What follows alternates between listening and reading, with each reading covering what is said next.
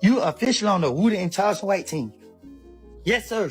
Yes, sir. Yes, sir. I'm okay with being a snitch. But you is a snitch too. His management team's trying to figure out, yo, they're fighting for their lives right now, man.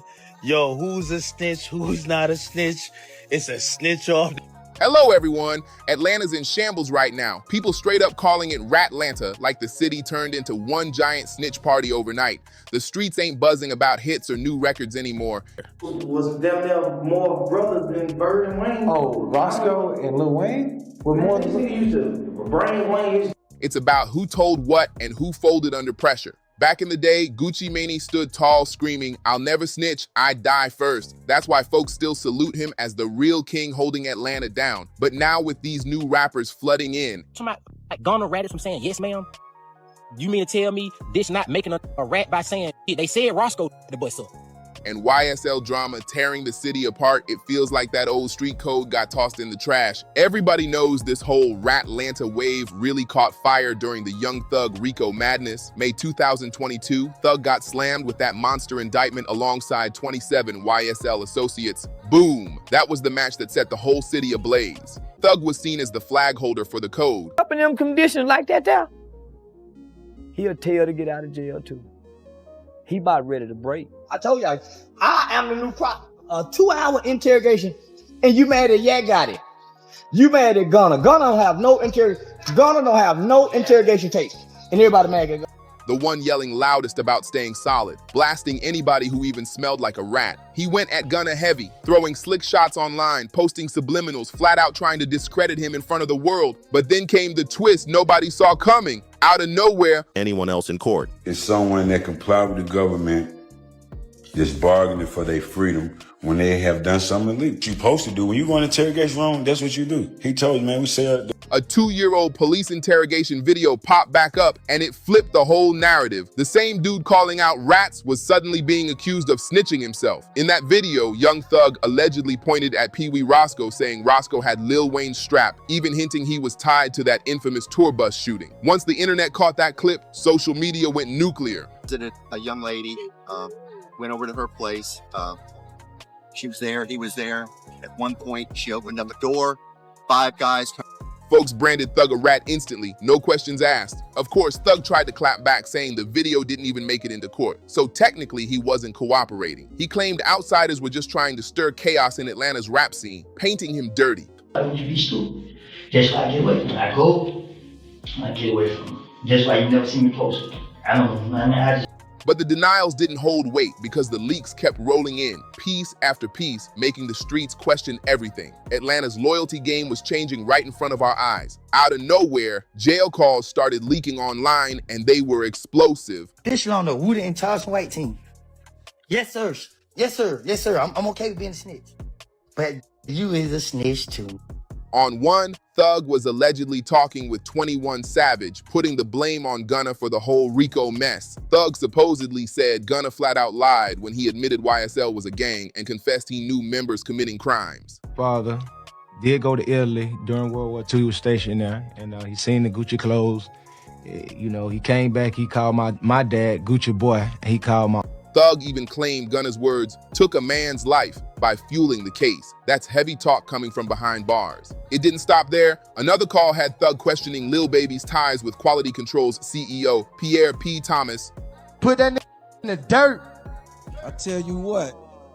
Smoking on Pookie Load. Tossing around wild accusations that shook the whole city. And then came that viral call, the one that gave everybody chills, where Thug's voice dropped low and he said, "Promises I made, promises, whatever, anything you want to know in time, I'm gonna tell you, but don't tell the world." That line spread like wildfire. Fans and bloggers tore him apart. The internet pounced instantly. Fans, media, even insiders in Atlanta dragged Thug's name through the mud. But then came the shocker. Pee Wee Roscoe, the same guy Thug allegedly snitched on, hopped on IG Live to defend him. Roscoe said a rat is somebody who cuts a deal with the government to save themselves when they're already guilty. And according to him, Thug never did that. Roscoe stood tall, but the crowd wasn't buying it. People started saying Roscoe was either brainwashed or pressured by Thug to go live and play damage control. Instead of helping, it only made things look even messier for Thug, the guy who spent years branding himself as Atlanta's top anti-snitch voice.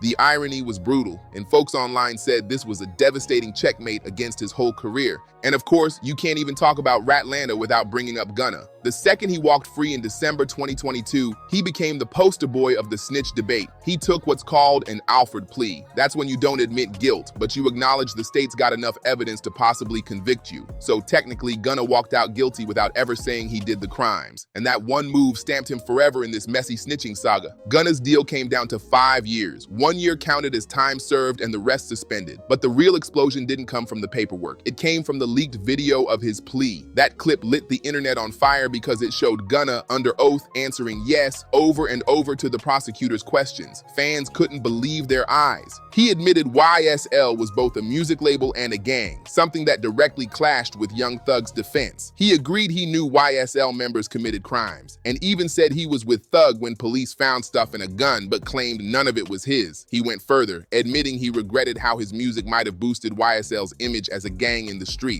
That was enough for people to start screaming snitch without hesitation. Once that footage hit the web, the debate went nuclear. Rappers from all corners, 6ix9ine, Freddie Gibbs, Lil Durk, 21 Savage, even Lil Baby, took shots at him, basically stamping Gunna as the face of RATLANTA. But Gunna and his crew fought back hard, swearing he never sat down for interviews with cops, never made extra statements outside the plea, never agreed to testify, and had zero plans of touching the trial. His lawyer, Steve Sato, even doubled down publicly, saying Gunna's words in that courtroom couldn't be used against anyone else. But by then, the damage was done. The streets already made up their mind, and his name was sitting heavy in the middle of the snitch storm. That's what makes it wild.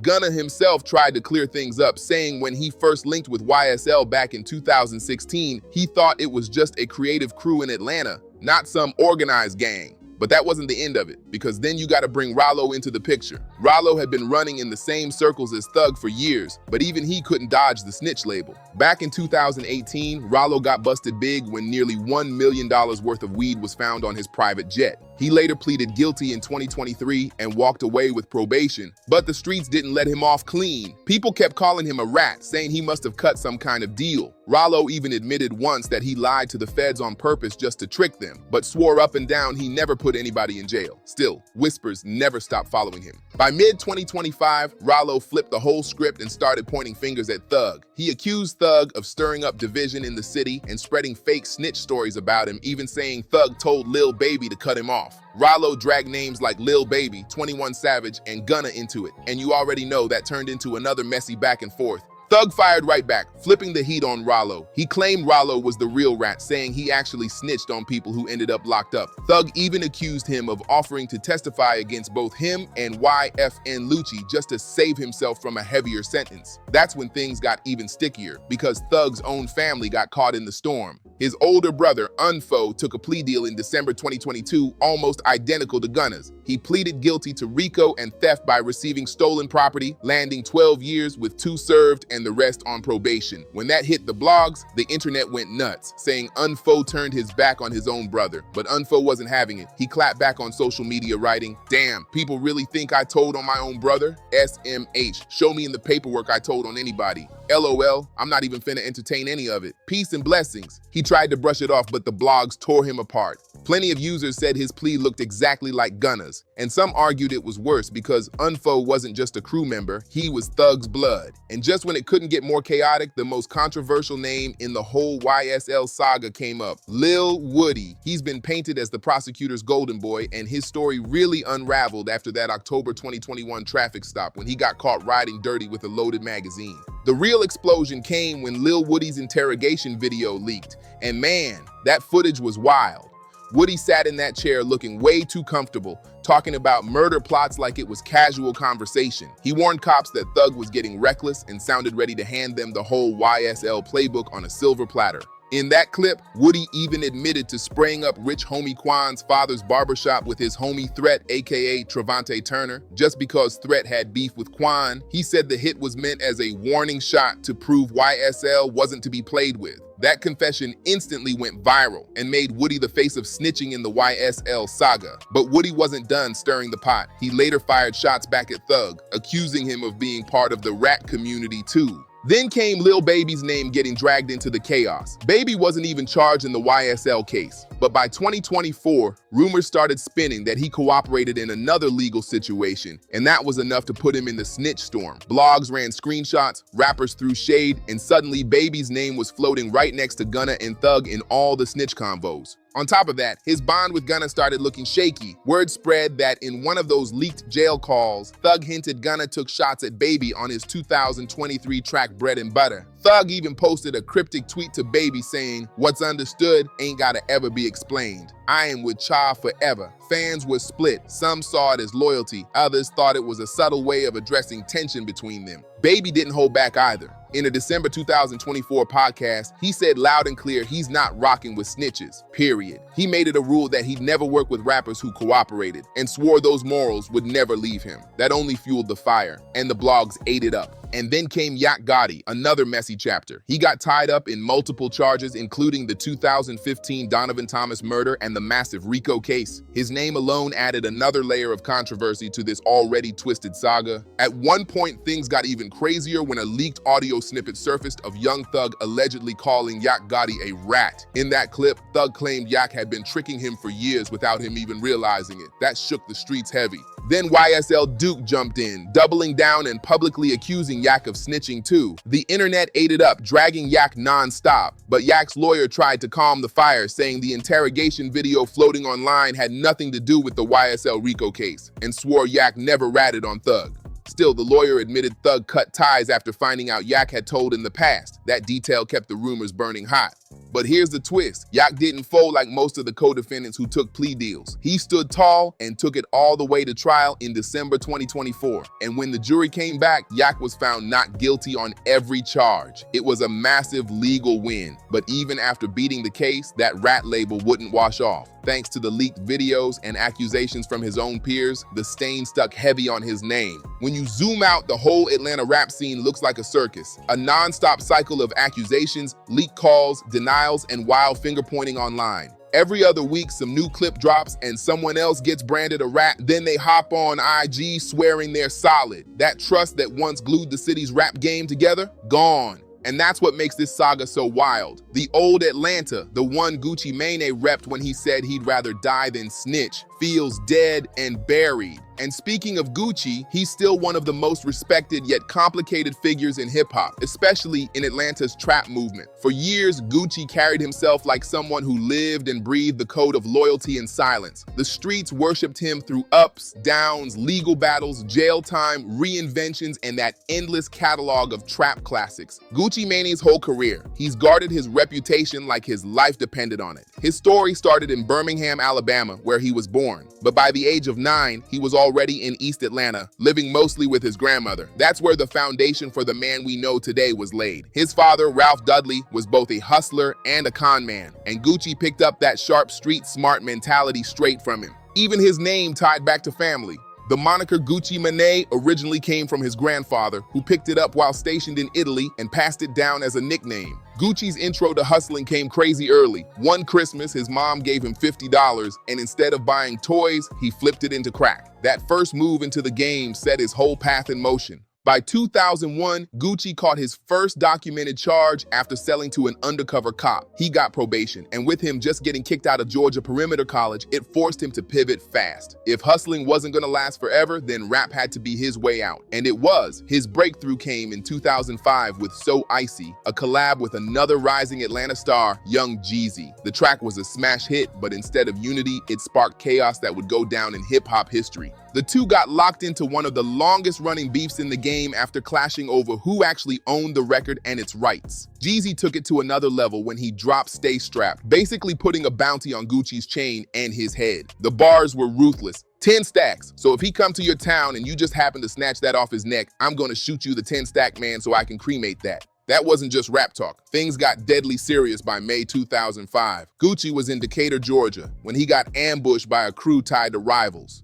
In the middle of the scuffle, Gucci pulled out a gun and fired shots. One of the attackers, Henry Pookie Lock Clark II, ended up dead. His body was later found, and Gucci quickly turned himself in, telling police it was straight up self-defense. By January 2006, prosecutors dropped the murder charge, saying there wasn't enough evidence to convict him. Gucci walked free, but the shadow of that shooting never left his name. If anything, it became part of his legend. Instead of hiding from it, Gucci leaned into it, turning Pookie Lock's death into a recurring theme in his music and his beef with Jeezy. For years, he taunted Jeezy, never letting him forget. During their 2020 Versus battle, Gucci delivered the infamous line, "Go dig your partner up, dude. Bet he can't say nothing." And even as recently as 2024, Gucci was still weaving that moment into his tracks. On Rumors, he rapped, "DA dropped my murder, didn't have evidence to prove it. I think my house is haunted."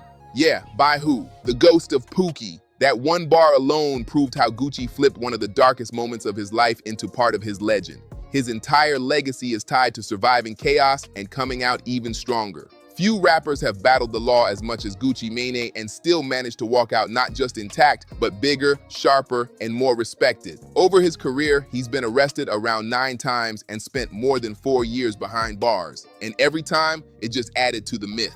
Let's break it down.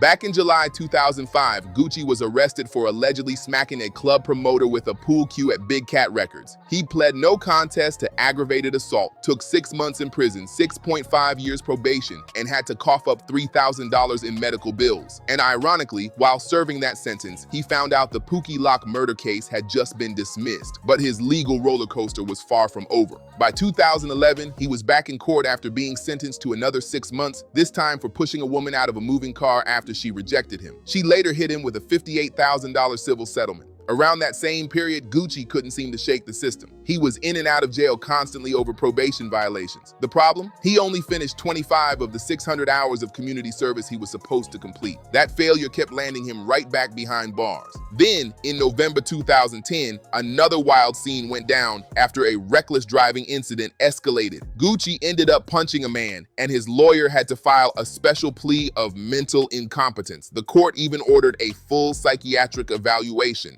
By January 2011, Gucci was admitted into a psychiatric hospital, and just days after getting out, he shocked the world again, this time not with a case, but with ink. He debuted his now infamous ice cream cone tattoo on his face. That tattoo instantly became one of the most recognizable and controversial tattoos in hip-hop history. But the law wasn't done with him yet. In March 2013, Gucci was arrested again after allegedly smashing a fan over the head with a champagne bottle in a nightclub. He got slapped with aggravated assault charges, a $75,000 bail, and then was rearrested quickly for violating parole. That same year in September 2013, Gucci hit back-to-back arrests just days apart. Reports said he was moving erratic, threatening cops, even snapping on his own lawyer, while being caught holding loaded firearms. It was one of the lowest moments in his career, but every fall only made his comeback story that much louder. Those charges turned federal quick. Gucci got slapped with possession of a firearm as a convicted felon, a charge that carried up to 20 years in prison and $500,000 in fines. By May 2014, Gucci decided to take a plea deal. He admitted guilt and was sentenced to 39 months in federal prison. For most rappers, that kind of stretch would have been career-ending, but for Gucci, it became one of the most transformative chapters of his entire life. He did his time, kept his head down, and stayed out of trouble. Then on May 26, 2016, Gucci finally walked free, earlier than expected. And this is where Gucci separates himself from the pack, especially when people compare him to Atlanta's current snitching storm. Through every arrest, every charge, even violent prison fights,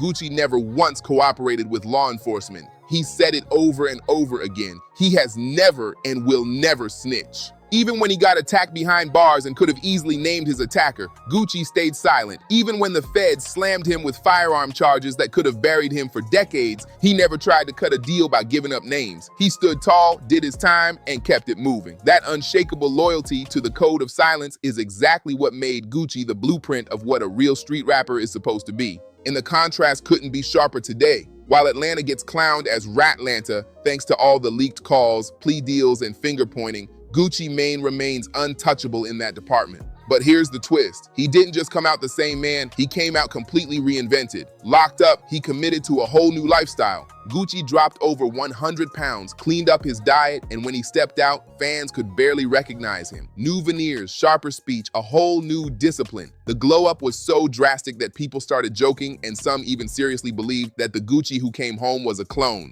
But Gucci shut that down fast, saying it wasn't no clone. It was discipline, healthy eating, and the steady love of his wife, Keishia Cutwear. Since then, Gucci Mane has leveled up far beyond just being a trap legend. These days, he talks about maturity, family responsibility, and building a legacy bigger than just street tales. He's gone from being a wild, unpredictable figure to someone people actually view as a leader and mentor. And that's why Gucci's name stays legendary, forever tied to loyalty, transformation, and respect in a city drowning in rat accusations. If you enjoyed this deep dive, don't forget to hit that like button, subscribe to the channel, and turn on notifications so you never miss the next drop. Thank you for watching and see you in the next one.